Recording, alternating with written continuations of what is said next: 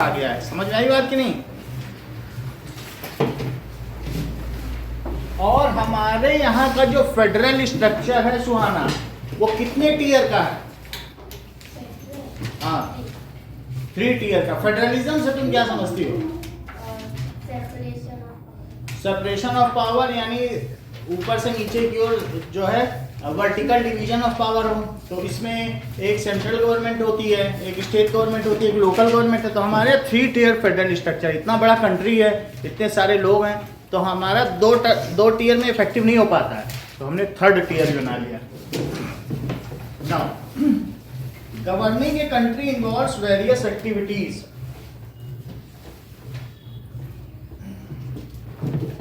AC चला है कुमकुम थोड़ी देर चला। Governing a country involves various activities. Government is responsible for ensuring security to citizen and providing facilities. तो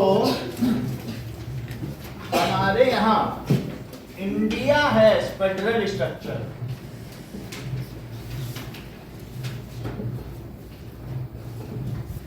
यानी central government, state government and local government. बात समझ आई कि नहीं? सेंट्रल गवर्नमेंट,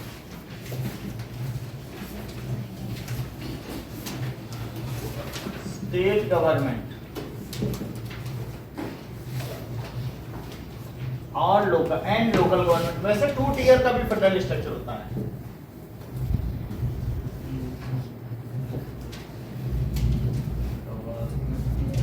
ओके,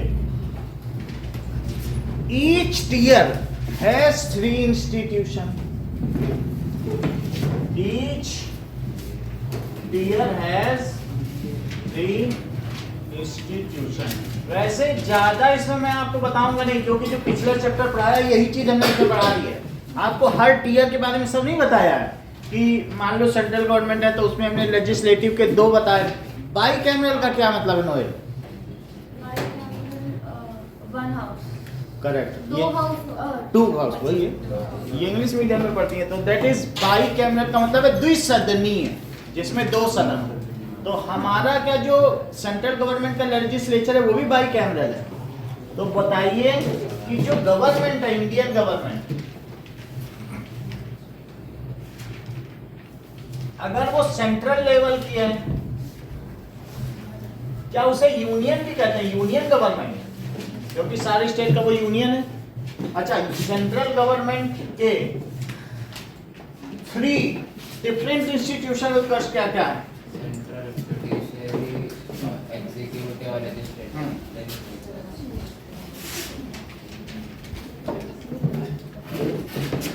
लेजिस्लेटिव,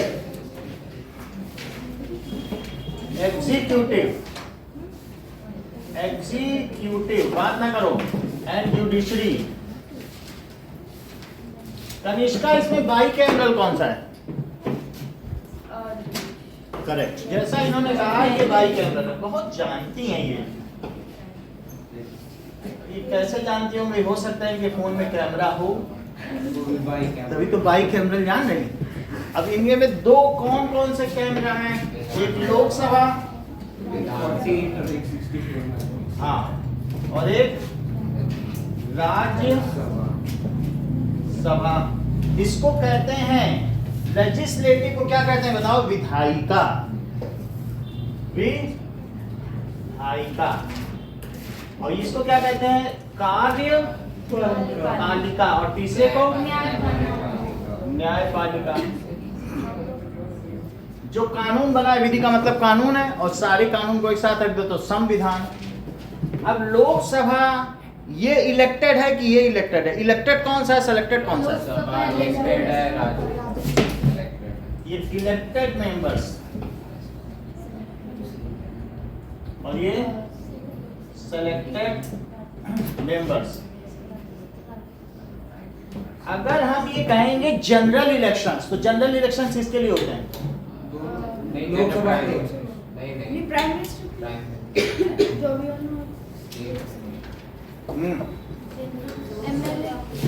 बहुत अच्छा, ये बता दी एमपी के लिए, हर चीज इन्हें मालूम है। सो इलेक्टेड मेंबर्स और इलेक्टेड मेंबर्स क्या है? Elected through general election,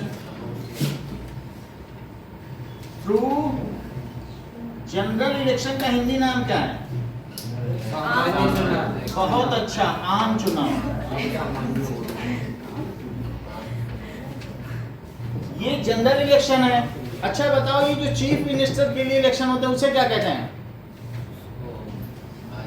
correct, assembly elections, वो विधानसभा चुनाव, विधान परिषद के नहीं है। और ये बोलो, कुछ लोग इसे जनरल इलेक्शंस कहते हैं, दूसरा क्या कहते हैं? बहुत अच्छा, लोकसभा चुनाव। ये पूरा जानती हैं, पढ़ के लग रहा है ये। हम सोचे थे कि कैसे इंग्लिश मीडियम में हिंदी में भी कितना अच्छा जानती हैं। लोकसभा चुनाव, बात समझ आई?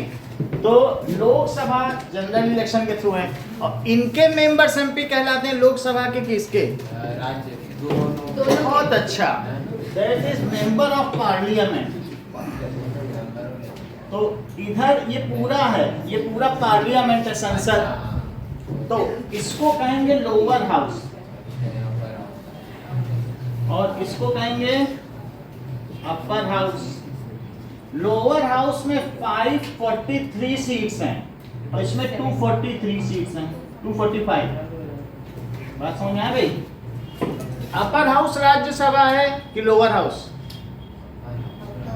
अपर हाउस राज्यसभा है। यहाँ राज्यों के जो बड़े बड़े मंत्री हैं, राज्यों में जिसकी जिसकी सरकारें हैं, जितनी सीटें हैं, उसके परसेंटेज 10% यहाँ उसके हिसाब, जैसे तुम्हारी 200 सीटें हैं तो 200 का 10% 20 मेंबर्स इसमें यहाँ भेज दिए जाए। तो जिसके 200 में किसके कितने हैं उसके हिसाब से भेजे जाए। तो ये अपर हाउस को क्या कहते हैं? राज्यसभा। और इसको क्या कहेंगे? लोकसभा। इसमें चुन के सरकार आती, इसमें कोई भी आ सकता है। ये रिप्रेजेंटेटिव है, जनप्रतिनिधि हैं। ये 8वीं पास भी लालू टाइप भी हो सकते हैं, या उनके बेटे भी हो सकते हैं, लालू यादव। तो जैसे हम, तो वो सारे इसमें, और जो 8वीं पास हो सकते हैं, 3री पास भी लड़का है उनके, तो वो सब इसमें। जबकि इसमें एलाइट मेंबर्स, इसमें लॉरेट्स होते हैं, इसमें लेमेंस, इसमें अनाड़ी होते हैं, इसमें खिलाड़ी। अच्छा, डिसॉल्व कैसे किया जा सकता? लोकसभा कौन कर सकता है? आप बताइए, हम क्या जाने? प्रेसिडेंट है ना, वो प्राइम मिनिस्टर तो खुद ही वहीं का है, वो उसकी क्या हिम्मत, वो भी एक मेंबर ही है। तो इसके मेंबर को एमपी कहते हैं, किसके? क्योंकि पार्लियामेंट में बैठ रहे हैं, तो बोथ मेंबर्स आर, ये भी एमपी हैं और ये भी क्या कहलाते हैं? Member of parliament. अच्छा, इसको it is headed by speaker. कौन है? तो इसके स्पीकर हैं, और इसको कौन लीड करता है? Vice president. कौन है आजकल? President. Vice president Jagdeep Dhankhar हैं, जगदीप धनखड़। और इस ये कौन है बोलो? ओम प्रकाश बिरला। इतनी बात समझ आ रही कि नहीं? इसमें आधी अगर सीट चाहिए, मतलब कितनी सीट अगर बीजेपी ले आए तो उसको मेजोरिटी माना जाए? बताओ। 272 है। एक के 272 आएगी, एक के 271। तो जो 272 ले आएगा, 50% से ज्यादा जो सीट लाएगा उसके जो लीडर को प्राइम मिनिस्टर बना देगा। अगर मान लीजिए कोई भी 272 नहीं ला पाए, तो 3-4 पार्टी एक साथ मिलके, तो उसको कहते हैं एलाइड, मतलब वो गवर्नमेंट, ये अलायंस भी बोलते हैं, गठबंधन सरकार। गठबंधन समझते हो कि नहीं? एक साथ मिलकर के चला। तो ये तो आपको पता चल गया। सेंटर का सबसे बड़ा, who is the highest authority of the centre? President. तो प्रेसिडेंट के अंडर में ये तीनों इंस्टीट्यूट रहते हैं। तो प्रेसिडेंट के अंडर में और क्या रहेगा? Head of all 3 army, head of all 3 forces. Army ना बोले, फोर्सेस। तीनों सेनाओं का यही मुखिया रहता है, और तीनों सेनाओं के जो जनरल होते हैं, यानी हेड, उनको एक साथ मिलने नहीं दिया जाता है, क्योंकि तीनों मिलके म्यूटिनी कर दें और पता चले हाईजैक कर ले पूरी इंडिया। बोले ना कोई प्रेसिडेंट रहेगा, ना कोई वो रहेगा। कम से कम एक म्यूटिनी करे तो 2 सेनाओं से तो उसको मरवाया जा सकता है, तीनों ही मिल जाएंगे तो क्या।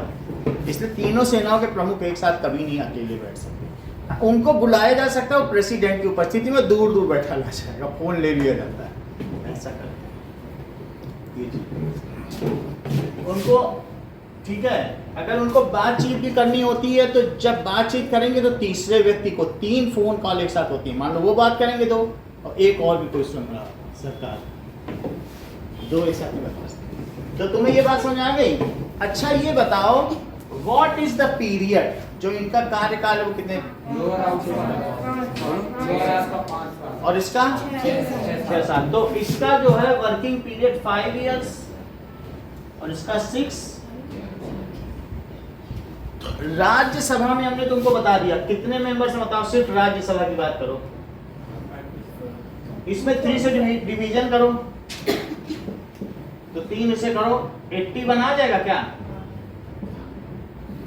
तो 81 और फिर कितने बचे? 82 क्या हो गया पूरे के नहीं बने? कम पड़ रहा है, 2 में 82 कर लो, बात समझ आ गई? ये टोटल है। वैसे 245 है, लेकिन हम उन 15 सदस्यों को निकाल दें जो ऑक्यूपाइड जम्मू एंड कश्मीर से आते हैं, क्योंकि वो तो हमारे अंडर में है नहीं, तो वहाँ के प्रतिनिधि वो खाली रहती हैं। ऐसे लोकसभा में भी ऐसी कुछ सीटें हैं जो कि पाक अधिकृत जम्मू एंड कश्मीर और चीन अधिकृत जम्मू एंड कश्मीर से आती हैं, वो चीजें नहीं सब खाली, उनको कुछ नहीं कर सकते। तो अब इनमें मान लो जैसे शुरू में भारत आज़ाद हुआ, तो भारत आज़ाद होते ही हम कह सकते हैं हमने अपनी राज्यसभा और ये सब चलाई, तो 1950 में हमारा संविधान हो गया और हमने ये बोल दिया अब हमारे यहाँ राज्यसभा भी होगी और लोकसभा भी होगी। वैसे संसद बन चुकी थी, लोकसभा बैठने लगी थी, और उसी को तो संविधान समिति कहते हैं, कॉन्स्टिट्यूशन असेंबली क्या कहते हैं ना, जिन्होंने संविधान बनाया। लेकिन बाकी चीजें तो कच्ची पक्की थी। तो मान लीजिए कि अगर 1950 में कितने सदस्य चुने गए राज्यसभा में? 81। बहुत फेमस जो हैं, भारत कोकिला, सरोजिनी नायडू, ऐसे टाइप चुन लिए फेमस। अब उसके बाद 1952 में इतने चुने गए, फिर 1954 में इतने चुने गए, तो 1956 में इनसे कहा प्लीज अब आप चले जाइए, दूसरे आएंगे। इनका 6 साल हो गया कार्यकाल। अब फिर 1956 के बाद 58 आएगा क्या, तब तक इनका भी 6 साल हो गया, ये बैठ लिए लोग। तो इनसे बोला जाएगा तुम निकलो, तुम आओ, इस तरीके से होता है। ये पूरी तरीके से कभी डिसॉल्व नहीं होती है, जबकि लोकसभा में सभी मेंबर्स हो सकता है नहीं हो जाए, जनता का अगर रुख बदल गया, बोले हटाओ पिछले वालों को, सब भ्रष्टाचारी, सब बदल के भेज दें। और जैसे केजरीवाल की सरकार पूरी 70 सीटें 68 पहुंच गए वहां पे, जनता ने खूब चुन के वोट दिया, किसी को आता ही नहीं था सदन होता क्या है, वहां बैठ के समझ ही नहीं पा रहे करना क्या है। ऐसा भी तो हो सकता है, कोई कुछ भी हो, उन्हें मालूम ही नहीं, कभी कोई था ही नहीं वहां, ऐसा भी जाता है। तो आपने देख लिया, लेजिस्लेटिव देख लिया, इनके हेड देख लिए। अब एग्जीक्यूटिव में कौन कौन आएगा बोलो जरा चंदन। एग्जीक्यूटिव में आईएएस ऑल गवर्नमेंट जो भी ऑफिस में वर्कर्स हैं, सो सेंट्रल गवर्नमेंट ऑफिशियल्स ना, सो आईएएस आ जाएगा, और इंडियन पुलिस सर्विसेज में भी आ जाएगा, जो बहुत डीएसपी बहुत बड़े बड़े होते हैं ना, वो सब director general of police, DGP, मतलब पूरे स्टेट का होता है, एक होता है डीजीपी, इससे बड़ी कोई पोस्ट नहीं है, पूरे यूपी का एक होगा, और मतलब ऐसा टाइप होगा। और जब हम अयोध्या दर्शन गए तो वो वहीं खड़ा था उसकी पूरी 8 घंटे की ड्यूटी है, वहाँ खड़ा रहता है। तो DGP director general of police, और भी कई कैडर के होते हैं, तो इस तरीके से अलग अलग जिले में भी। और central government official, central government official सभी चीजें आएंगी, जैसे पोस्ट ऑफिस के कर्मचारी हैं, बैंक के कर्मचारी, तुम्हारे स्कूल के टीचर्स भी तो केवी के टीचर्स में आ जाए। अच्छा, जुडिशरी में टॉप पोस्ट किसकी है बोलो?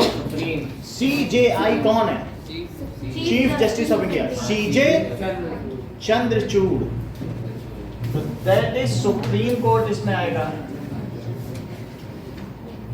और चीफ जस्टिस ऑफ इंडिया कौन है? सीजे चंद्रचूड़। पहले बहुत सालों तक, अभी पिछले 7 साल में 4 साल से देख रहे थे वो एंटी मोदी है, एंटी गवर्नमेंट, लेकिन धीरे धीरे उन्हें मोदी की पॉलिसी समझ में आने लगी और अब वो मेन है ना, कई जगह वो फिर उसमें फिंगरिंग कर देते, नहीं ऐसे नहीं होना चाहिए, ऐसे नहीं, हर जगह वो गलत उल्टा पुल्टा ही कर रहे थे, लेकिन अब वो प्रेस करने लगे, उनका रुख बदल गया। अब जरा देखिए, तो ये हमारा इंडियन गवर्नमेंट का सेंट्रल गवर्नमेंट हो गया, इसमें आम चुनाव होते हैं, आम चुनाव का दूसरा नाम क्या है भाई, तुम बताते नहीं हो आप, लोकल ये बता दिए, वो बता ही दिया अभी लोकसभा चुनाव, तुम घुमाते फिराते रहे, सोचने की जरूरत नहीं है, जो बताएगा वही बता दो, दिमाग क्यों लगा रहे? जब तुम अपना देश बनाना तो लगा लेना इसी देश में, ठीक है।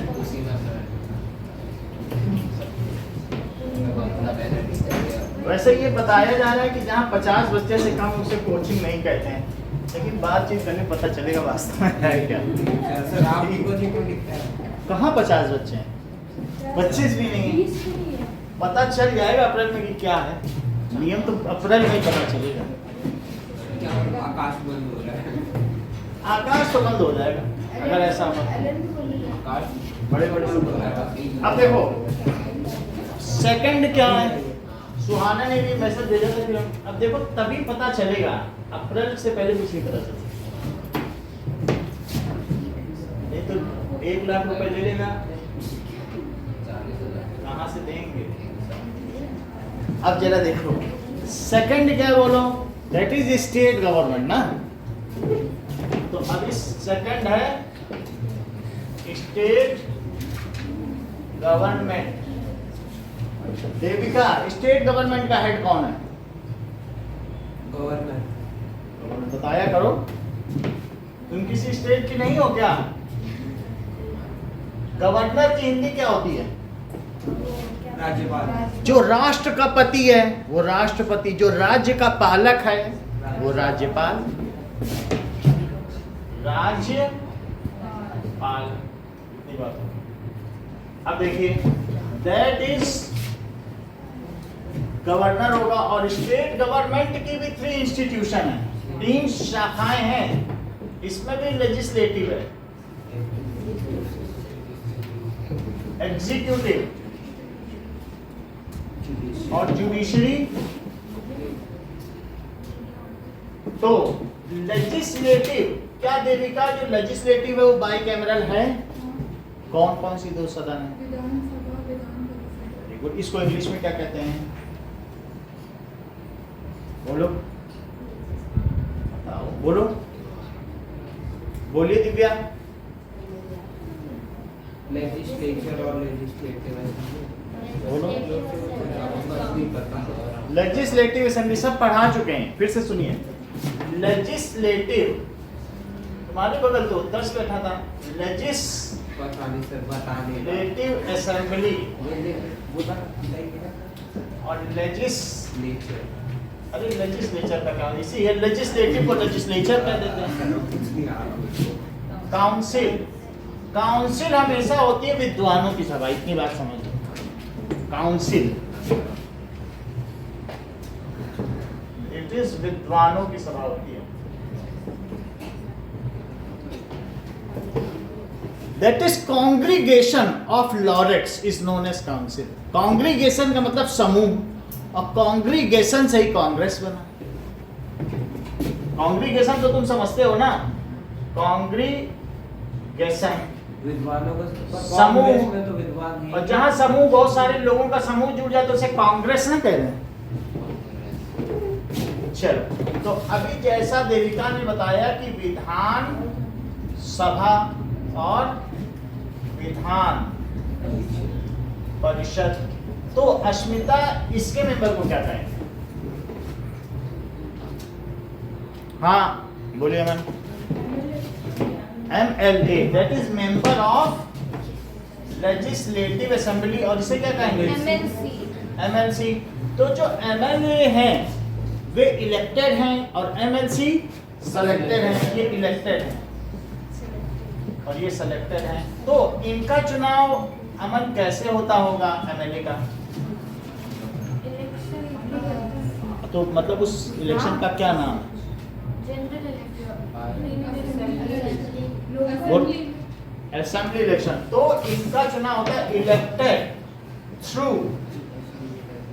विधानसभा चुनाव, दैट इज असेंबली के लिए इलेक्शन है। अच्छा, जो जनरल इलेक्शन है उसमें एमपी बनेगा, और एमपी में जो मेजॉरिटी होगी उसका जो लीडर होगा वो प्रधानमंत्री बन जाएगा। इसमें जब एमएलए हैं तो राजस्थान में कुल 200 सीटें हैं, जिसको 101 सीट मिल गई तो दूसरे को 99 मिलेगी, तो वो उसका जो लीडर बनेगा। इस समय मोहन राय है, कौन है यहाँ के? एमएलए नहीं, मुख्यमंत्री भजन भजन लाल है, सब नए नए बन गए। तो भजन लाल यहाँ के बन गए, तो वो बीजेपी के हैं। उसके पहले गहलोत सरकार थी, कांग्रेस की थी कि नहीं? तो इस तरीके से इलेक्टेड थ्रू असेंबली इलेक्शंस। जबकि एमएलसी हैं तो उसमें जो मुख्य वो ले जाएंगे। अब जरा देखो, ऐसा ही इसमें बिल्कुल है सिस्टम। तो बता दो, अगर ऐसा सिस्टम है तो हमें एक बात बता दो कि ये जो विधानसभा है यानी लेजिस्लेटिव असेंबली, इसे कौन लीड करेगा? बोलो। नहीं, स्पीकर, वो भी स्पीकर ही रहेगा। वो यहाँ का स्पीकर है, राजस्थान का स्पीकर होगा। लेकिन तुमसे ये सवाल पूछा जा रहा है, बोलो लेजिस्लेटिव काउंसिल को कौन है? बता दो बेटा। करेक्ट, वो बता दिए, डिप्टी गवर्नर, उपराज्यपाल। भाई कैसे कोचिंग नहीं चलाता है कोई, डिप्टी गवर्नर। क्योंकि उन्होंने कहाँ से रिकंसाइल किया होगा? पहले वाले टीयर से तुरंत मिलाया दिमाग। लेजिस्लेटिव काउंसिल, विधान परिषद को कौन लीड करेगा? बोलो। डिप्टी की स्पेलिंग क्या होगा? DEPT लिख दो ना, शॉर्ट फॉर्म। ऐसे ही होना चाहिए ना, डेप्यूटी होता है, गवर्नर। अब देखो, उपराज्यपाल से क्या कहेंगे? जैसे उपराष्ट्रपति वहां करता था, तो इसको क्या कहेंगे? उपराज्यपाल। ठीक है, तो ऐसे ही ये भी, इसका टेन्योर कितने ईयर का है? 6 ईयर का है। इसको अस्मिता कौन डिसॉल्व कर सकता है? जरा दिमाग लगाओ। सिस्टम वही है, सिस्टम थोड़ी ना बदल जाएगा। जो हेड ऑफ स्टेट, गवर्नर कौन है? अगर गवर्नर कहीं जाएगा, देखो अगर प्रेसिडेंट आएगा 7 घोड़ों के रथ पर बैठकर, तो प्रधानमंत्री दरवाजा खोलेंगे। और ये 7 घोड़ों के रथ पर आएगा तो कौन दरवाजा खोलेगा? मुख्यमंत्री। इस तरीके से। आप ये समझिए, नंबर 1 की पोस्ट पर कौन है? प्रेसिडेंट। सेकंड पर कौन है? Prime minister. सेकंड पर वाइस प्रेसिडेंट। पहला कौन है बोलो? प्रेसिडेंट, फिर वाइस प्रेसिडेंट। अब जरा देखो, ये जो गवर्नर है ये 4थे नंबर पे आता है, और सेनाओं का मुखिया 12वें नंबर पे आता है मुख्य की लिस्ट में। आप देख लीजिए जरा, वीवीआई पर का ग्रुप भी तो देखो कि किस तरीके से चलता है। ये देखिए कि list of VVIP person in India.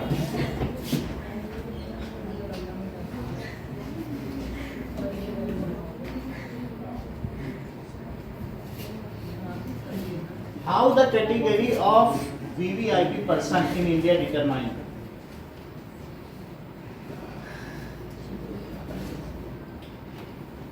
Who comes after president and vice president?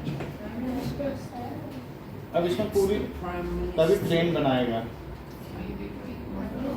देखो किस तरीके से दिखाया गया है। प्रेसिडेंट, फिर स्पीकर ऑफ हाउस। देखो प्रेसिडेंट, वाइस प्रेसिडेंट, ये देखो अब तुम्हें सब पता चल जाएगा। सबसे पहले कौन आया? प्रेसिडेंट, फिर कौन आया? वाइस प्रेसिडेंट, फिर स्पीकर ऑफ हाउस, यानी प्रेसिडेंट प्रो टेम्पोर ऑफ सीनेट, वो अंग्रेजों के जमाने का है। सेक्रेटरी ऑफ स्टेट, सचिवालय आ जाएंगे। सेक्रेटरी ऑफ ट्रेजरी, देखो एक होता है वित्त मंत्री, सेक्रेटरी ऑफ स्टेट गृह मंत्री, सेक्रेटरी ऑफ स्टेट का मतलब समझते हो? अमित शाह, गृह मंत्री। फिर कौन आएगा? Finance minister. तीसरी कौन होता है? वित्त मंत्री। जयशंकर। हाँ, वित्त मंत्री निर्मला सीतारामन, वित्त मंत्री। फिर कौन आएगा? Secretary of defence. तो राजनाथ सिंह। हाँ, सेक्रेटरी ऑफ डिफेंस। फिर इस तरह से धीरे धीरे आते रहेंगे। प्राइम मिनिस्टर हो गया। Now what is the rank of Indian governor? करेंगे governor comes after who in India?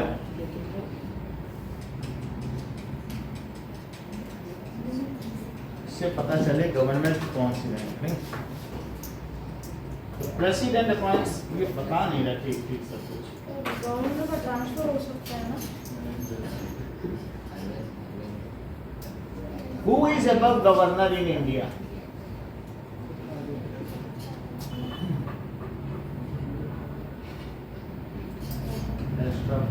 अब आपको एक्चुअली हमें ठीक से पूछना चाहिए तब तो पता चल पाए, लेकिन मुझे लगता है टेबल ऑफ प्रेसिडेंस ये सही है, ये पढ़ें। Table of precedence in India. चलो ये मिल गया।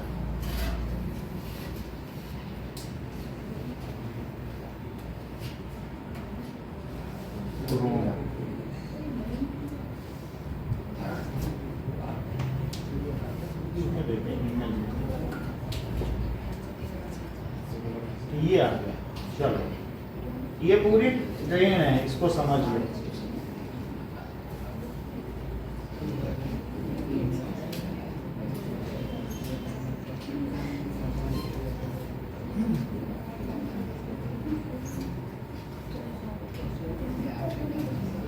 ये कौन कौन दिया? प्रेसिडेंट ऑफ इंडिया, फिर वाइस प्रेसिडेंट ऑफ इंडिया।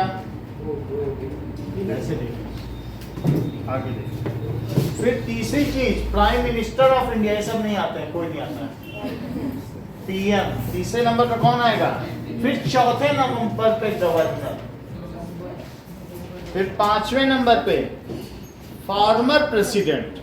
फिर गवर्नर चौथे नंबर पे गवर्नर, अभी भी मुख्यमंत्री नहीं आया।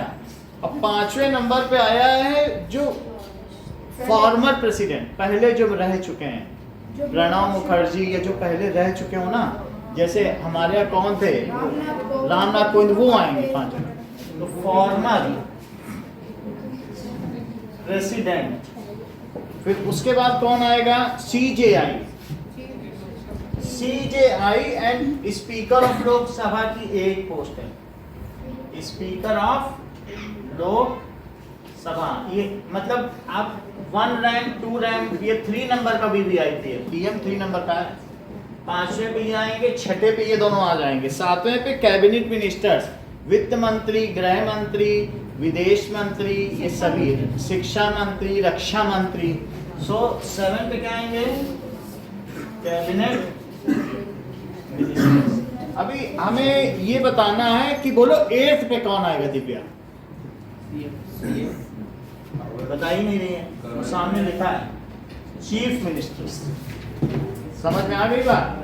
तो चीफ मिनिस्टर्स, फिर उसके बाद और भी आगे की चीज है। Chief minister, it is state, that is, ये क्या है बताइए? That is state of precedence, order of precedence. तुम अगर देखना चाहो तो ये रैंक 30 तक जाती, पूरा देख सकते हो कि कौन किसका दरवाजा खोलेगा। Order of prime minister election से हमको क्या करेंगे? ये पूछा जाता है बहुत सारे में। प्राइम मिनिस्टर का इलेक्शन से हमको क्या करेंगे? प्राइम मिनिस्टर का कोई इलेक्शन नहीं होता। प्राइम मिनिस्टर तो जो चुन ले, एक कमरे में बैठ के लोग अपना वो, जो अभी इलेक्शन होने वाला है उसको आम चुनाव या लोकसभा चुनाव, बात नहीं करो। अब देखिए, इतनी बात समझ में आ गई? इधर ध्यान दीजिए। तो दिस इज लेजिस्लेटिव असेंबली। हाँ बोलिए, any botheration? That is executive में कौन आएगा? कोई RAS, Gujarat administrative service, state teachers.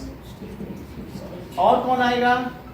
State police, sir state teacher में सारे जो भी सभी स्टेट टीचर जिनको मुख्यमंत्री पैसा देता है, वेतन देता है, मुख्यमंत्री भी तो स्टेट टीचर है, लिंगुअल, वो तो कोई ये नहीं है कि पूरे भारत का एक सिलेबस केवी में चलता है, स्टेट में थोड़ी ना ऐसे चलता है।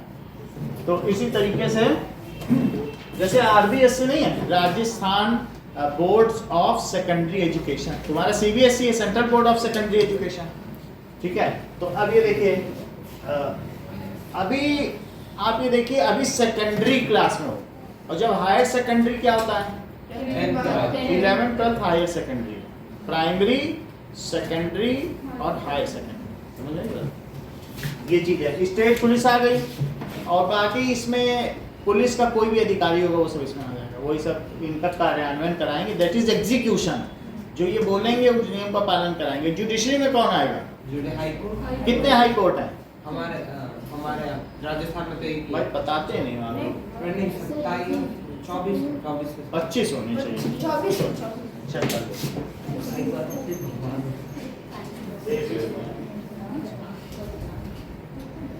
How many high courts are in India? 28 तो वो है हमारे यहाँ स्टेट्स, कुछ दो राज्यों में कई बार एक भी है, 7 स्टेट 25 है। So how many high courts are there? So 25 high courts. अच्छा, जो सुप्रीम कोर्ट है उसका हिंदी नाम क्या है? बोलो। उच्च न्यायालय। इसको उच्च न्यायालय, इसको क्या कहते हैं? उसको क्या कहेंगे? बोलो। सर्वोच्च न्यायालय। इन सभी के ऊपर है, उसको क्या कहेंगे? सर्वोच्च न्यायालय। यूपी का जो इनका हाई कोर्ट का जज होगा ना, वो इतना ज्यादा विद्वान होता है कि हर बार वही सीजेआई बन जा रहा है। दूसरे राज्य के लोग जीत ही नहीं पा रहे।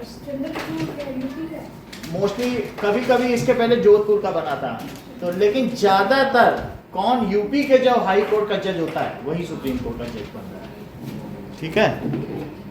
अब जरा देखें। सो हम लोगों ने ये देख लिया, अब थर्ड टियर कौन सा है? नाउ इसी में देखो थर्ड टियर है, जिसको कहते हैं लोकल गवर्नमेंट।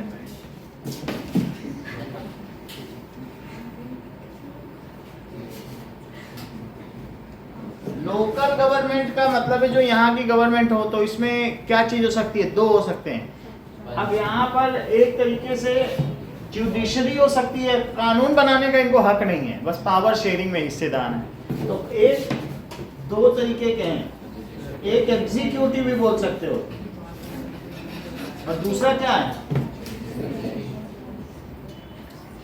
जुडिशरी में क्या होगा? बोलो।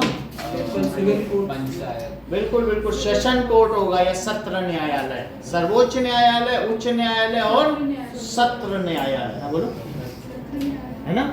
तो that is session court. Session में ऐसा आएगा, जरा इसकी स्पेलिंग देखें सेशन कोर्ट की। सेशन कोर्ट का वो चला था हेड। बोलो। हेड कौन होता है? Session court.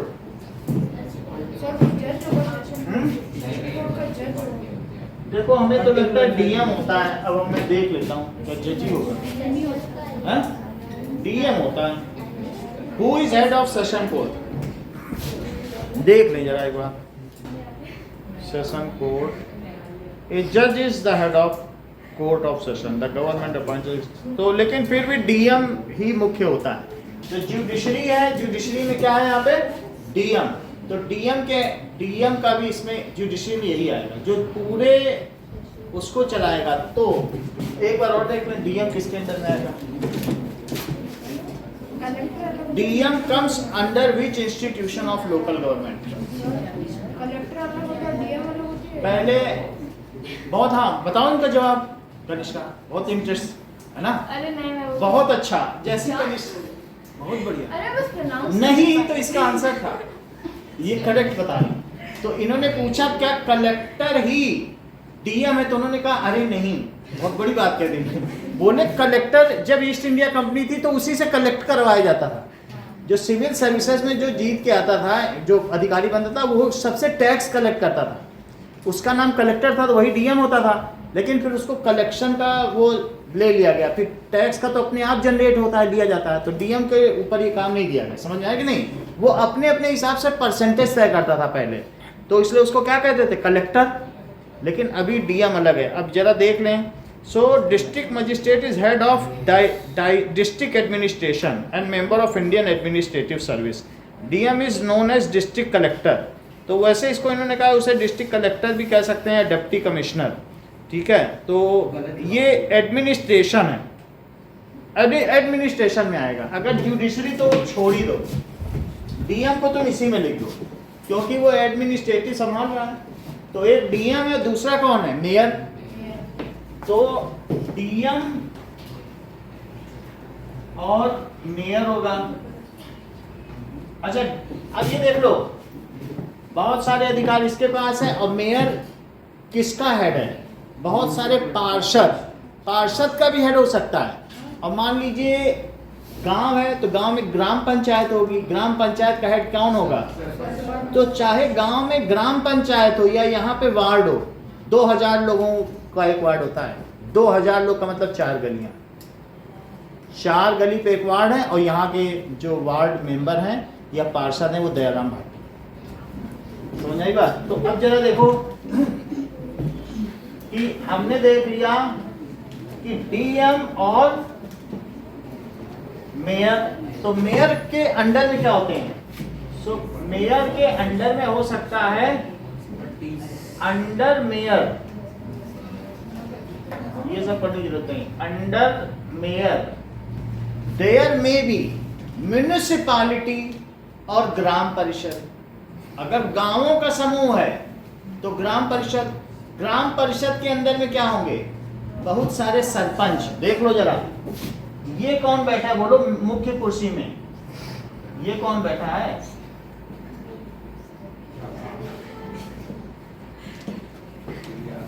ग्राम प्रधान। ग्राम प्रधान, बिल्कुल सही बात है। और ये सब कौन है? चुन्नू और मुन्नू, सरपंच। करेक्ट। तो ग्राम प्रधान किसका हेड है? करेक्ट। और ग्राम प्रधान जो है वो ग्राम परिषद है। उस जगह का क्या नाम होगा जिस परिषद में लोग बैठते हैं? जैसे हम लोग ना विधान परिषद, एक बिल्डिंग टाइप होती है, तो इनकी बैठक को कहते हैं ग्राम परिषद। ग्राम परिषद। सो ग्राम परिषद consist of is a group of sarpanch. They elect their head and the head is known as ग्राम प्रधान। ठीक है, इतनी बात समझ आई? तो ये ग्राम परिषद। तो अब अंडर मेयर, मेयर के अंदर में क्या हो सकते हैं? अब देखो यहाँ फिर से एक वो आ रहा है, इसका मतलब है कि नगर निगम किसके अंदर है? ग्राम परिषद कम्स अंडर विच कैटेगरी? मतलब क्या वो मेयर के अंडर में आएगा, ये हम पूछना चाहते हैं। तो इसका मतलब कई ग्राम प्रधान होंगे क्या? तो बात बिगड़ जाएगी। एक क्यों? अगर एक ग्राम प्रधान है तो फिर या तो फिर उसे मेयर ना कहा जाए, यानी ग्राम प्रधान और मेयर एक ही चीज हुई। मेयर शहर में होता होगा और ग्राम प्रधान गांव में होता होगा, उसके अंदर में सब ऐसा होता होगा। जैसे हमने कहा 2000 लोगों के ऊपर दयाराम भाटी, ऐसे 80 लोगों का मेयर है। और जहाँ गाँव हो तो एक तरह से वहाँ ग्राम प्रधान होगा, तो ऐसे होगा। बात समझा रहे कि नहीं? तो क्या चीज कही जा सकती है? ये तो अभी नहीं बताएगा, क्वेश्चन पूछा नहीं था। चलो, तो 3 ईयर सिस्टम में ये 10th में बहुत अच्छे से बताया गया। और अंडर यहाँ मेयर देख लिया, और मेयर के साथ क्या लिखे? बोलो ग्राम प्रधान। ग्राम प्रधान। अच्छा, जैसा अभी किसने बताया कि ये जो मेयर होता है दैट इज म्युनिसिपल कॉर्पोरेशन का होता है ना। So mayor looks after municipal corporation. उसमें बहुत कुछ है, बिजली देना, किसी को पानी देना, सड़क की सफाई, सब कुछ है। सो मतलब नगर निगम में है। बिल्कुल सही। मेयर इज हेड ऑफ नगर निगम, या उनका एक ही नाम है, म्युनिसिपल कारपोरेशन। बोलो जो जोधपुर का है म्युनिसिपल कारपोरेशन, उसका क्या नाम है? जेडी। बहुत अच्छा, JDA. That is mayor of head is head of municipal corporation. ये है। Municipal corporation, it consists of, इसमें कौन होगा म्युनिसिपल कॉर्पोरेशन या नगर निगम में कौन होगा? सोजती गेट के ठीक पीछे कभी जाना ना, वहाँ पे तो बहुत लंबा सा देखा है बिल्डिंग, ऑफिस बनाना हाँ बहुत बड़ी सी है, उसके आगे चाट के कई ठेले खड़े रहते हैं, दैट इज नगर निगम। और म्युनिसिपल कॉर्पोरेशन हैज मैनी पार्षद या वार्ड मेंबर ना। म्युनिसिपल कॉर्पोरेशन,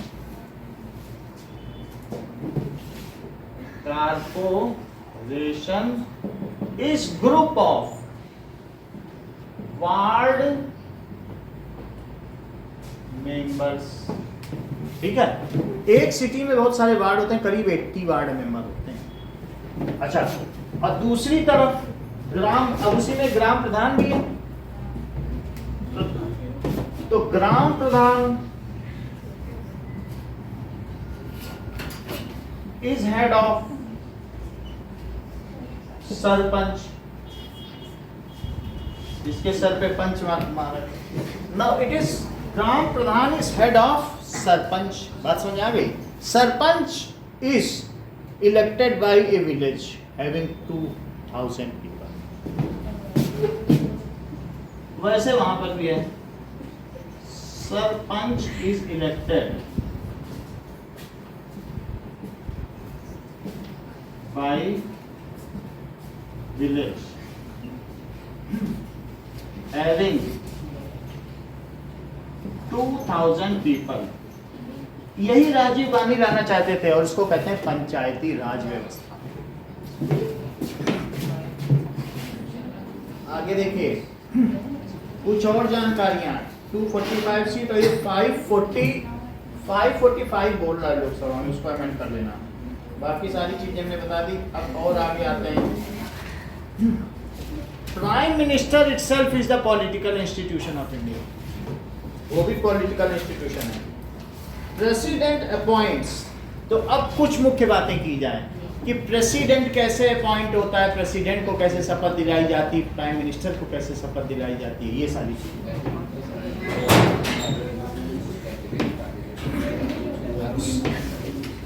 आप ये देख लीजिए कि लोकसभा, राज्यसभा, विधानसभा, विधान परिषद, ये चारों पूरे भारत के जितने हैं ना, वो सब मिलके प्रेसिडेंट को वोट करते हैं।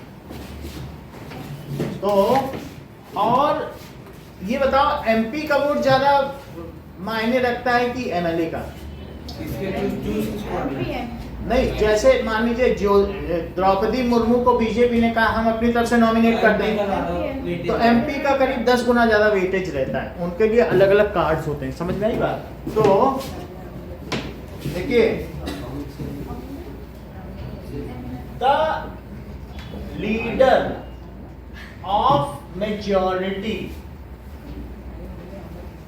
Leader of majority in Lok Sabha is appointed. Appoint कोई करेगा ना, ठीक है तुम लीडर हो, चलो तुमको बनाया प्रधान, इसको कहते हैं appointed. So leader of majority इन, बताती कुछ भी नहीं हो, लोकसभा इज अपॉइंटेड। देवी का सेंटेंस पूरा करो। Appointed as prime minister by, appointed as prime minister by president of India, और उसके लिए ओथ टेकिंग सेरेमनी होती है। मैं नरेंद्र दामोदर दास मोदी शपथ लेता हूं, तो बाय प्रेसिडेंट ऑफ, मैं पूरी निष्ठा से देश की सेवा करूंगा और इसकी अखंडता को अक्षुण्ण रखूंगा। अब जरा देखें, सो आगे देखिए, after the appointment of prime minister, president appoints the ministers of cabinet. Cabinet का मतलब क्या होता है? मंत्रियों का समूह। उनको कैबिनेट मिनिस्टर। मान लो 272 सीटें हैं, तो क्या 272 विभाग बना देगा? कपड़ा मंत्री, फूल मंत्री, पत्ती मंत्री, डंठल मंत्री, सब बना डालेगा क्या? ऐसे थोड़ी बना देगा। मुख्य विभाग है तो 272 में सबको नहीं बनाया जाता है, 10 आदमी को बनाया जाता है मेन। तो वो चीज है, दैट इज कैबिनेट। और कोर कैबिनेट में कौन से 4 लोग होंगे?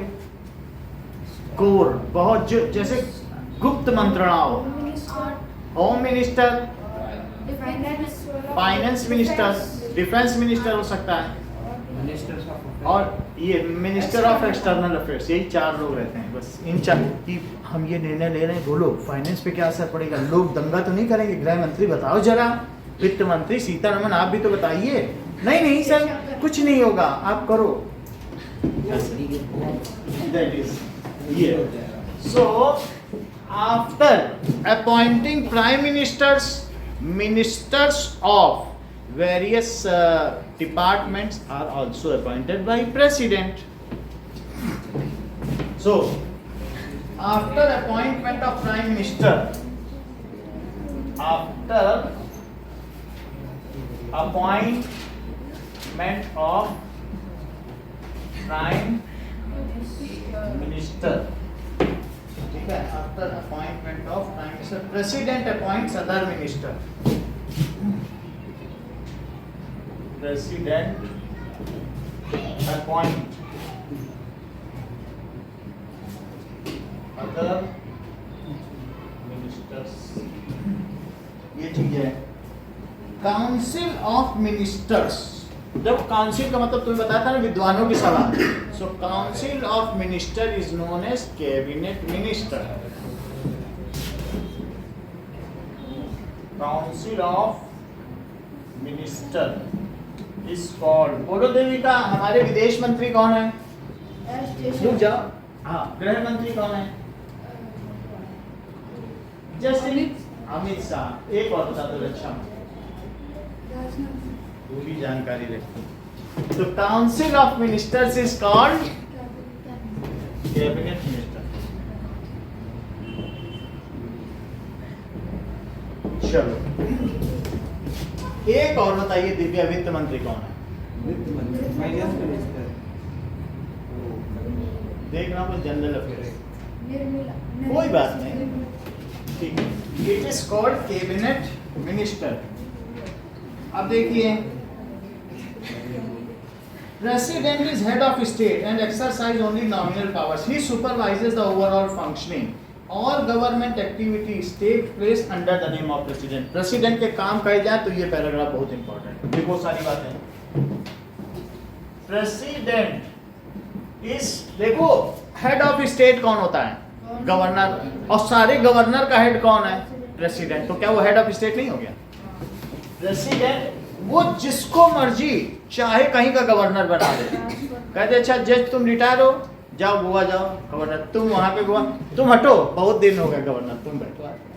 ये होता है, जिसको मर्जी कहीं भी बैठा दे, इसी को मैनिपुलेशन कहते हैं। और गवर्नर चाहे कभी भी विधानसभा को डिसॉल्व कर दे, बोले फिर से चुनाव कराओ।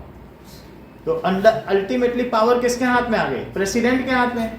और प्रेसिडेंट जो मेजॉरिटी पार्टी है ना लोकसभा का, उसने जिसको बोल दिया, मोदी ने बोल दिया द्रौपदी मुर्मू बनेंगी, वही बनेंगी, क्योंकि पूरे लोग उन्हीं को मानते, सबसे ज्यादा सिख मेंबर। तो एक तरह से जो द्रौपदी मुर्मू है, वो मुख्य जो लोकसभा है ना, उसका जो बीजेपी इस समय फंक्शन करे उसी का हुआ। तो क्या इस तरीके से जो मेन रूलिंग पार्टी है देश को मैनिपुलेट नहीं करती? क्या वो डेमोक्रेसी को कमजोर नहीं कर रही है? ऐसा तो हो सकता है ना, चाहे तो कर सकती। इंदिरा गांधी के समय में ऐसा बहुत हुआ। तो प्रेसिडेंट उन्होंने जहां जहां दूसरी सरकार बनती थी 1 महीने के अंदर गिरवा देती थी राज्यपाल से, वो उनका यही काम था। बहुत सरकार गिराई। और सोनिया गांधी, उनके बेटे राहुल गांधी को लोग वहां पर पता चला एयरपोर्ट पर सिर्फ 15 मंत्री आए स्वागत के लिए फूलमाला लेके। सोनिया गांधी ने बोला 70 मंत्री हैं आंध्र प्रदेश वाले, नायडू से बोला 15 ही क्यों बोझे, चलो तुम बर्खास्त हुए, हटो। ये चीज होती है। एयरपोर्ट पे सारे आने चाहिए थे, सारे क्यों नहीं आए? तो प्रेसिडेंट क्या लिखा है बोलो? पावर थोड़ी है, कुछ भी नहीं है। पावर में citizen head of state, head of state है। दो बहुत बड़ी बात है, ही एक्सरसाइजेस नॉमिनल पावर्स, वो अपनी शक्ति का प्रदर्शन नहीं करता, he only supervises the functioning of states, वो अपनी शक्तियों को अपने में निहित रखता है। He keeps the power and disseminates most of the powers to states. तो इमरजेंसी को घोषित प्रेसिडेंट ही करता है। अगर मान लीजिए प्रेसिडेंशियल रूल लग गया, सेना का शासन हो गया, तो मिलिट्री के हाथ में पूरी पावर, चाहे तो ऐसा पूछ सकता है। अगर कोई भी पार्टी मुख्य पार्टी नहीं बनी और कोई सरकार बनाने को भी तैयार नहीं, बोले हम गठबंधन में नहीं बनाएंगे, तो प्रेसिडेंट रूल लग जाता है जब तक अगला इलेक्शन ना हो, फिर पूरा उसी के हाथ में रहेगा। या कहीं पर ऐसा भी हो जाता है ना कि जैसे अभी आप देख रहे हैं कि वेस्ट बंगाल में कुछ उल्टा पुल्टा कुछ ना कुछ होता रहता है, चाहे तो राज्यपाल बर्खास्त कर दे, कहे मेरे हाथ में शासन है, वो शासन वास्तव में प्रेसिडेंट के हाथ में है। तो हम कहेंगे बंगाल में गवर्नर रूल नहीं लगा है, किसका रूल लगा है? प्रेसिडेंट। वहां का गवर्नर बोलेगा मिस्टर प्रेसिडेंट और Mrs president please send 13 military para military force, हमारे यहाँ इतना चाहिए, तो वो जब तक जनता वेस्ट बंगाल में ही भागा हो। वेस्ट बंगाल को उन्होंने खूब परेशान किया, फिर इनको बैठा दिया यहाँ। ये भी पॉलिटिक्स ही तो है। ममता बनर्जी तंग कर रही थी तो उनसे पावरफुल बना दिया। उपराष्ट्रपति, उपराष्ट्रपति तो राष्ट्रपति के बराबर ही होता है। राजस्थान में चला है। हरियाणा के अब देखो, president is the head of state, he exercises nominal power, बहुत कम अपनी शक्तियां इस्तेमाल करता है,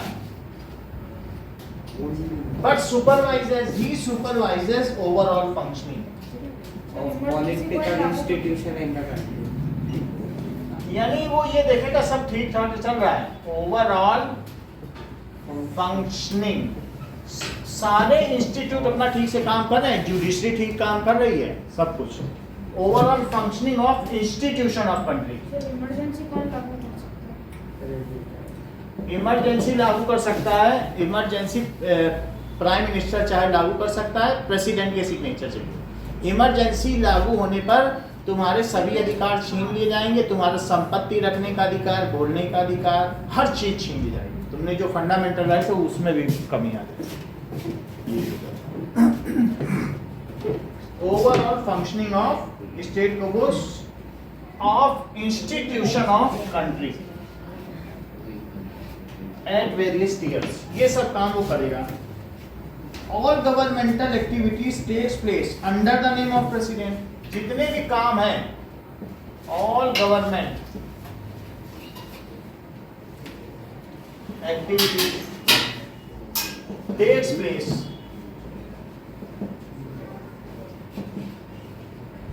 under the name of president. Finance bill कहाँ पास होते हैं अभी? पानी, हाँ, लोकसभा में। तो जहाँ पर जैसे पुल के लिए 20,000 करोड़ रुपए चाहिए, तो ये कौन लोग पास करते हैं? लोकसभा में पास होंगे, ये राज्यसभा में नहीं जाते हैं। जबकि संविधान में कोई संशोधन होना हो तो कहाँ पारित होता है? राज्यसभा में। अभी तक संविधान में कितने संशोधन हो चुके हैं?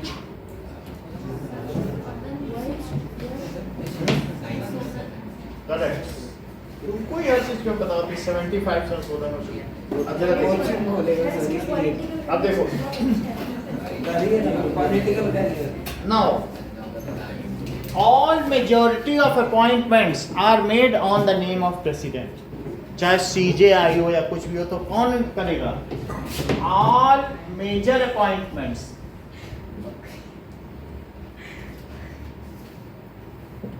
Are made on the name of, तो on the name of president. तो प्रेसिडेंट हर जगह तो जाएगा नहीं, लेकिन उसी के नाम पे चलता है। Are made on the name of president।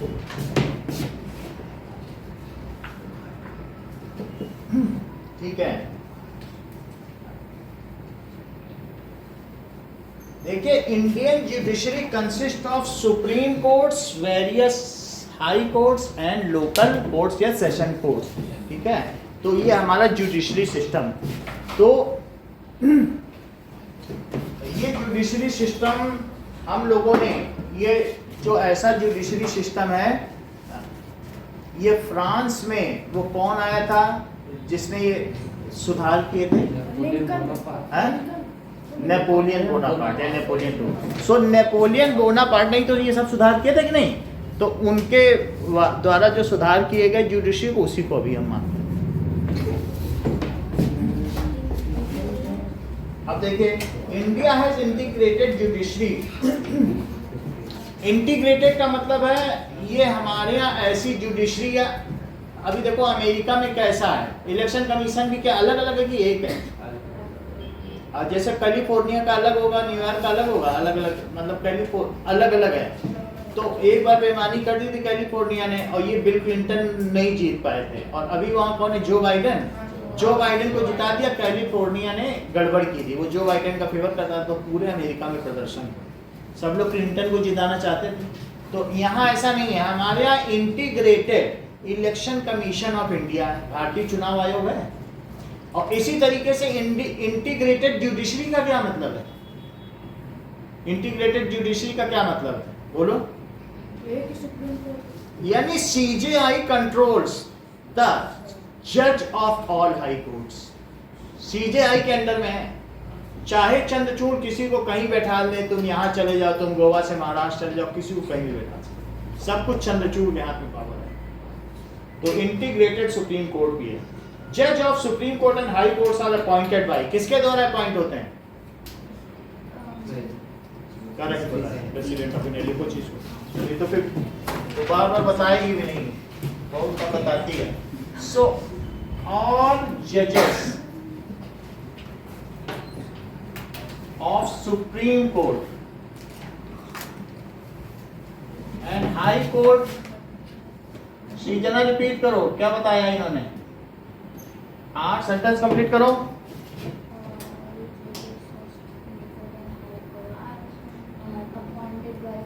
सही है, अपॉइंटेड बाय प्रेसिडेंट, राष्ट्रपति के द्वारा मनोनीत किए जाते हैं।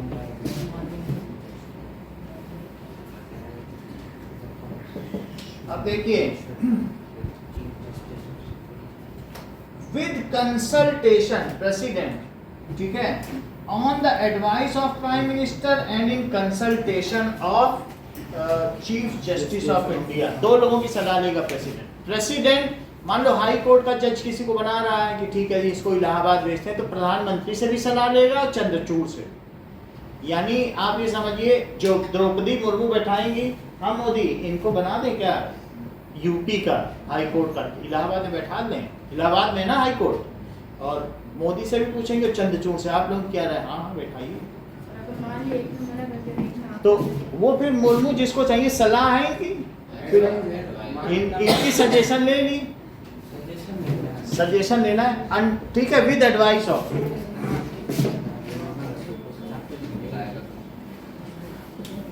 With advice of PM and CJI, 2 की एडवाइस ले। अब देखिए, the Indian judiciary is one of the most powerful in the world. Supreme court and high court have the power to interpret the constitution. ये बड़ी बात है, संविधान हमारा इतना बड़ा है और कई लोग उसके कई आर्टिकल नहीं जानते हैं, तो जिसको पूरा पता हो कॉन्स्टिट्यूशन, वो उसके फैब्रिक्स को जान पाएगा। So who is there to interpret constitution? When there is some clash between citizen and government, Supreme Court comes to intervene. There is clash between state and central government, Supreme Court help us, या any court, जो भी high court भी हो सकता है। लेकिन अगर state है और सेंट्रल है, तब तो सुप्रीम कोर्ट ही आएगा ना, कोई कहीं का थोड़ी है, सेंट्रल आ गया ना। बिटवीन स्टेट है, इंटर स्टेट है, तब कौन करेगा? हाई कोर्ट कहाँ करेगा? एक कर्नाटक, एक तमिलनाडु, तो तमिलनाडु का हाई कोर्ट होगा तो तमिलनाडु के फेवर में कर देगा, क्योंकि उसे वहां रहना है, कल को पत्थरबाजी कर देंगे। तो इसलिए कौन आएगा? वो लोग तब भी 2 स्टेट का भी मैटर होगा तब भी सुप्रीम कोर्ट। तो 3 मैटर्स को और वही इंटरप्रेट करेगा कि कौन सही है कौन गलत है। So the powers and independence of Indian judiciary allow is acts as a guardian of fundamental right. हमने सुप्रीम कोर्ट को ये अधिकार दे रखा है कि तुम हमारे मूल अधिकारों की रक्षा करो। तो supreme court acts as a guardian of fundamental rights of citizen. देखो इस चीज को, supreme court act as guardian of fundamental rights of, पूरी बात समझ आ गई? अच्छी बात है। अब देखो, now what does it mean by office memorandum? Noel, बहुत अच्छा, बोलो। वो होता ना एग्रीमेंट सर, एमओयू होता ना sir, Communication issued by appropriate authority. ये हर चीज जानते हैं। ऑफिस मेमोरेंडम का मतलब है a communication issued by appropriate authority stating the policy or decision of the government। मतलब ऐसा होता है कि जैसे गवर्नमेंट ने एक डिसीजन दिया, क्या समय समय पे हम उसे भूल जाते हैं? तो एक कम्युनिकेशन ऐसा होगा, बार बार रिमाइंडर दिया जाएगा, उसको सर्कुलेट किया जाएगा सारे ऑफिस में कि कोई भी अगर if there is some policy of government it is time to time it is to be reminded in office, circulated in office, उसको क्या कहेंगे? Office memorandum. So government policies are time to time circulated. हर साल तुम्हारे time table दिया जाता है, जबकि वही टाइम टेबल होता है, सर्कुलेट किया जाता है कि नहीं? So government policies are circulated in government offices। बात ना करें, ऑफिसेस टाइम टू टाइम। इससे ये पता चलता है कि पैसे में कितनी शक्ति है। जैसे चंदन ने पैसे से ज्ञान खरीद लिया है।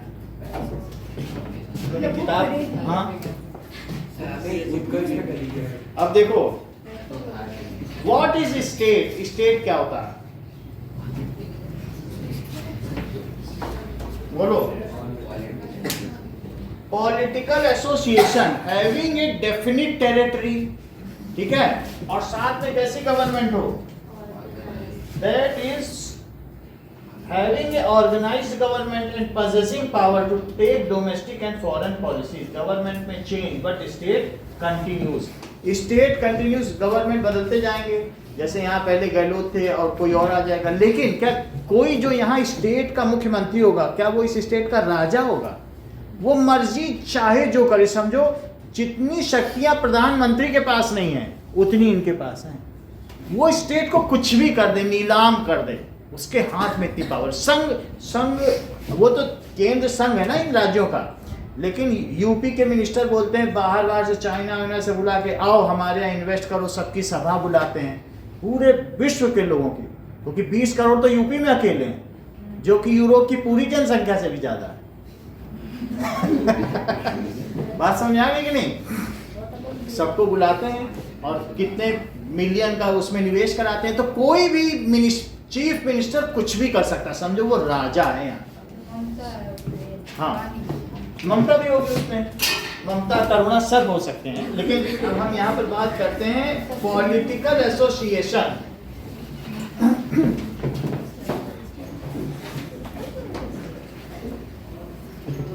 देखिए स्टेट क्या है? Political association, okay, occupying a definite territory, a definite territory। Note करिए बेटा, इसीलिए तो बात कर रहे हो। Definite territory, organised government,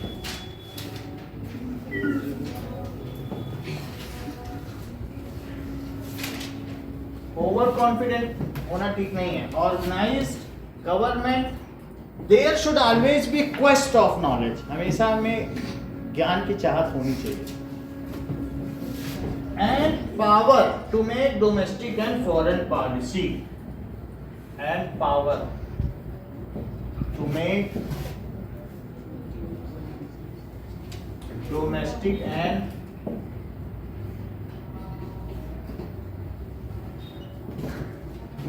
policies. What does it mean by political institution? Political institution legislative है कि executive है कि judiciary? बताओ. A set of procedures for regulating the conduct of government and political life in the country. Political मतलब a set of regulations which regulate the set of फिर से बोलो. A set of procedures for regulating the conduct of political life in the country. political life, मतलब set of regulations. लिखो इस चीज को. पहले लिखिए गवर्नमेंट क्या होता है.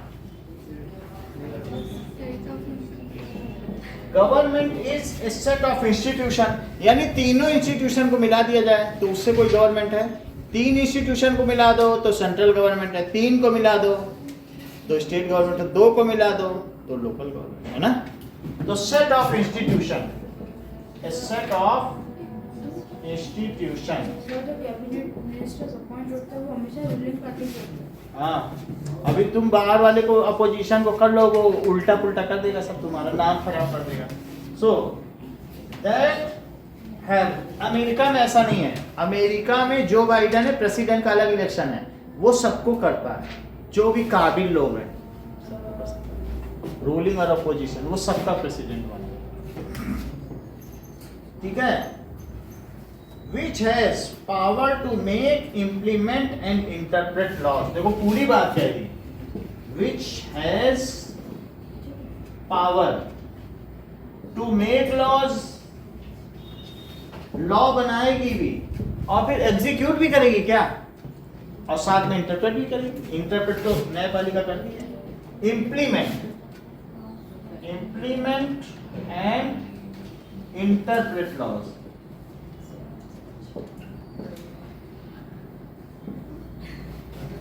ओके.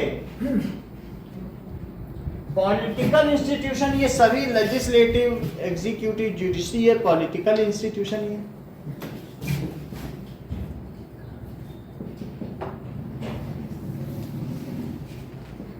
इंस्टीट्यूशन का हिंदी मीनिंग क्या है बता सकते हो?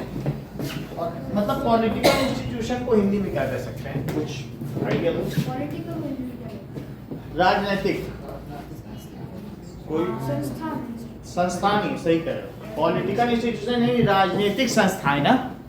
इंस्टीट्यूशन चैप्टर का नाम है, तो राजनीतिक संस्था. तो पॉलिटिकल इंस्टीट्यूशन ने कहा set of procedures for regulating the conduct of government.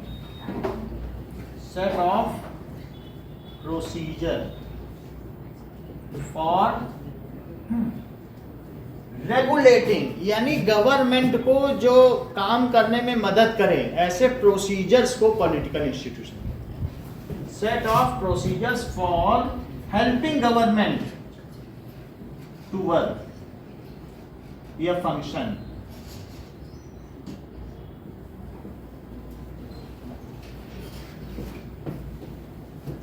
Reservation का क्या मतलब है?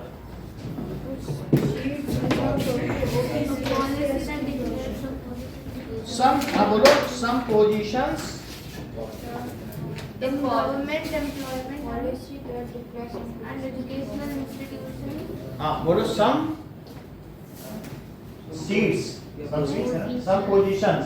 बोलो Some बताइए, बोलो. policy that declares some positions in government employment and educational institutions for some communities who have been discriminated. बहुत अच्छा, ये लिखो, पूरी बात तुमने कह दी। Some positions are allotted ना for some community who are said to be discriminated. भले ही आज वो बहुत ज्यादा ही आगे आ गए, लेकिन said to be, that means reservation. General वालों के साथ अनफेयर नहीं होता। जनरल जो होते हैं कैटेगरी उनके साथ अनफेयर नहीं होता है। फिर पहले और ज्यादा होता था, अभी अच्छा हो गया है। पहले ये होता था कि जो आरक्षण होता था, तो आरक्षण से जो लोग हो जाते थे, तो आरक्षण में मान लीजिए 25% लोगों को आरक्षण है, 75% जनरल है, तो 25% में ये 2 नंबर पा गए हाउस में, ये टॉपर है। और इनमें 98 पा रहे थे, तो ये कट ऑफ है, ये आखिरी बंदा है जो पाया है, और ये फर्स्ट है, और -52 वाला लास्ट है। और इसमें जो पाने वाला वो 99.9/100 वाला फर्स्ट है, ये लास्ट है। तो कुछ डिस्क्रिमिनेशन देख रहे हो, ये इसका आखिरी है और ये इसका पहला है, ठीक है। तो इस तरीके से हुआ। लेकिन फिर ये बताया गया अब इनमें कुछ तेज ऐसे भी थे जो इस कैटेगरी में भी आ जाते थे, तो वो कहते थे कि नहीं, हम तो जनरल से ले लेंगे, हम अपने भाइयों के लिए वो सीट छोड़ देंगे, क्योंकि वो इस कैटेगरी में भी आ रहा है। तो ऐसे केस में सुप्रीम कोर्ट ने कहा तुम 2 जगह फायदे नहीं ले सकते हो। तुमने अगर रिजर्व सीट से भरा है तो तुम रिजर्व में ही रहो। फिर धीरे धीरे अब ऐसा हो गया है कि कैटेगरी, उसमें भी लोग टॉपर होते गए, तो धीरे धीरे इसकी कट ऑफ और इसकी कट ऑफ आजकल सेम हो गई है, और तुम इसका फायदा नहीं ले सकते। तुमने इससे भरा है तो तुम इसी में ही आओगे, अपनी सीट्स के लिए लड़ो। कभी ऐसा भी हो सकता है ये बहुत आगे निकल जाए, इनकी कट ऑफ बड़ी हो जाए, तो तुम्हें फिर ऐसे रिस्क लेना पड़ेगा, तुम्हें डिसाइड करना पड़ेगा। तुम कहोगे अरे वहां तो और टफ कंपटीशन है, इससे अच्छा इसी में भरो, ये भी हो सकता है। ऐसी स्थिति होने पर फिर आरक्षण बंद हो जाएगा। समझ में आ गई बात? मान लो वहां तेज होने लगे और 70% लोग हैं, ये कितने परसेंट लोग हैं? 70% पीपल हैं, और सीट कितनी रिजर्वेंट के लिए सीट्स, और ये कितने परसेंट है बोलो? 30% उनके लिए जनरल है। लेकिन इनको भी कहा है तुम चाहो तो जनरल से भी आ सकते हो, जरूरी नहीं कि आरक्षण लेना। लेकिन क्या ऐसा नहीं होगा कि ये लगातार आईएएस बनते बनते इतने तेज हो जाएं कि सामान्य जनता के ही बराबर हो जाएं, और ऐसे में यदि ये compete करें तो क्या ये संभावना नहीं है कि ये बहुत आगे निकल जाए इनसे? ऐसी स्थिति आने पर आरक्षण, क्योंकि वो मेजॉरिटी है ना। अब देखो, रिजर्वेशंस का मतलब है seats reserve, seats reserve for particular group who are said to B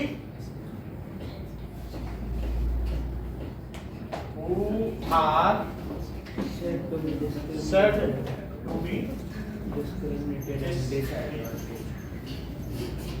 disadvantage का क्या मतलब?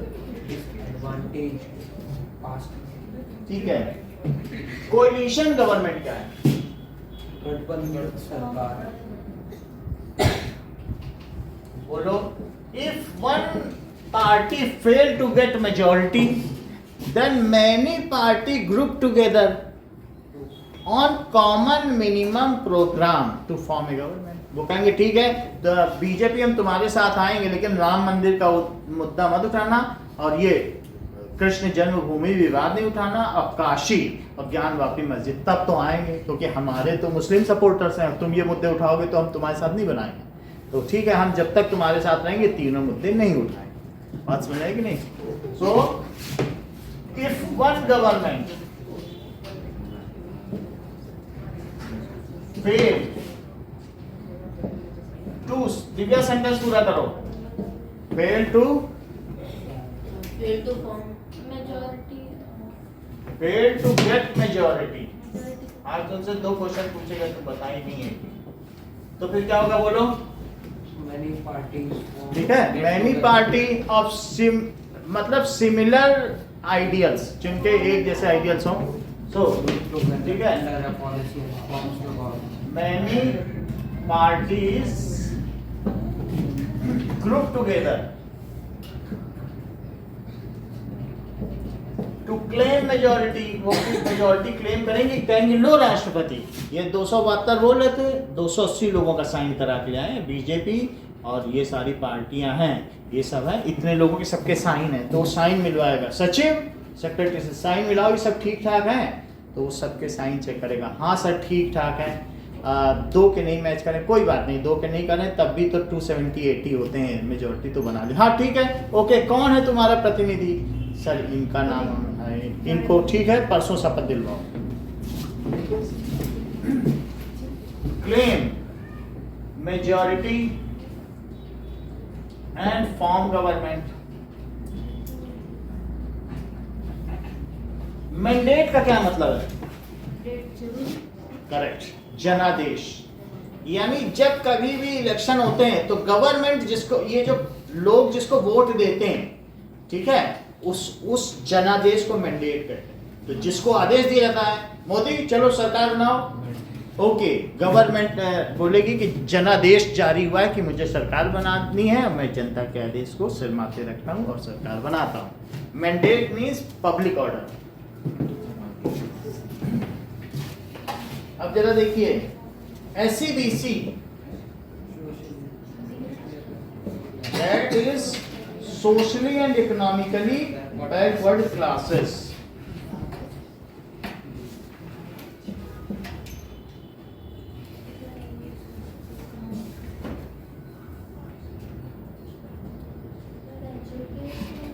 क्या क्या कह रही हो बता? कहाँ लिखा है? एजुकेशनली कर लिया क्या? हाँ? हमारे में इकोनॉमिकली का, आपके में क्या लिखा है? नहीं, ये 2 जगह अलग अलग लिखा है, देखो जरा, इसमें देख लेते हैं, अभी अपडेटेड ये है प्रॉब्लम, किसकी बुक नहीं है, प्रिंटिंग डेट देखो जरा,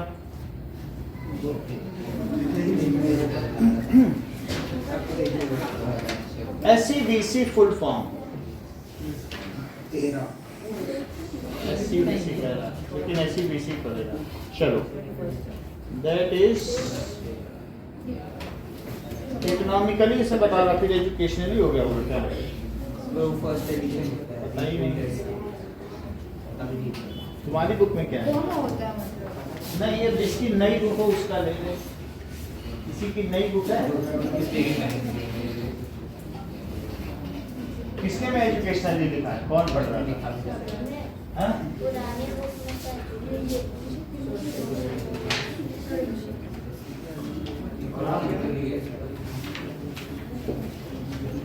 और किसी के में एजुकेशनली रख दो, देखो वो इकोनॉमिकली कह रहा है, ऑल्सो स्टैंड दोनों लिख रहा ना, कितना ही रखो,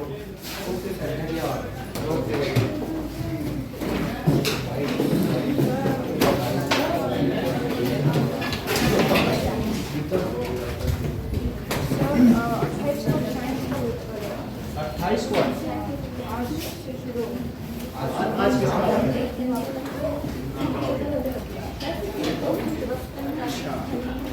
आज 23 तारीख हो गई, 24, 25, 26, एक दिन और पढ़ लो ये, फिर मैं शुरू करूँगा, पहले हम सिविक्स पूरी करा दें, जल्दी करो, 4:30 बता देंगे कल क्या है, सेकंड सैटरडे,